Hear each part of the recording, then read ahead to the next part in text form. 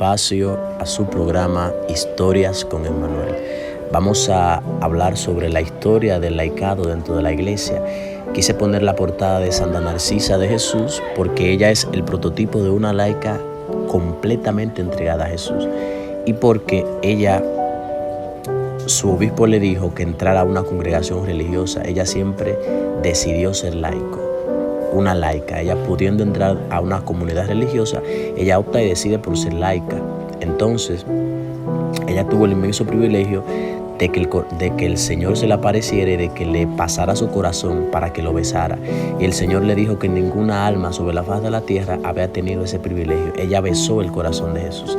Entonces, ¿de dónde proviene la palabra laico? Proviene de un término griego, laos, que laos quiere decir pueblo. O sea, laicos significa el que pertenece al pueblo.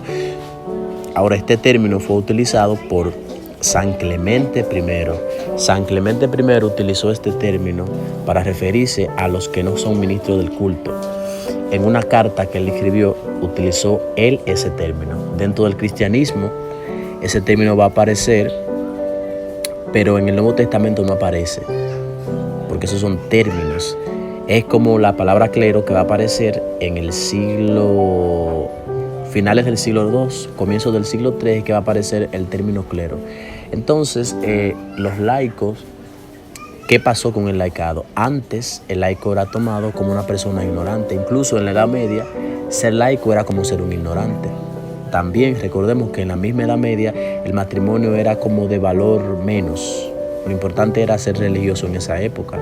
Entonces, tenemos el privilegio de que en esa época viene San Francisco de Asís, que devuelve a la iglesia la potencia de los ministerios laicales. San Francisco vino con una sensación diferente, a una santidad distinta, porque él hizo una orden religiosa, es cierto, pero él fue laico. Entonces, el Concilio Vaticano II fue el concilio de los laicos, porque proclama al laico como una vocación. Además de eso, ahí comienza una historia diferente.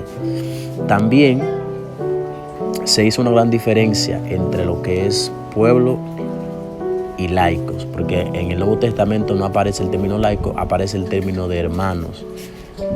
Y la diferencia no es entre laico y clero, sino entre pueblo y no pueblo, porque en Cristo, en toda la comunidad es pueblo, laos, sacerdocio consagrado, nación santa. Entonces, el Nuevo Testamento lo que registra es pueblo y no pueblo. No había ese término de entre laicos y clérigos.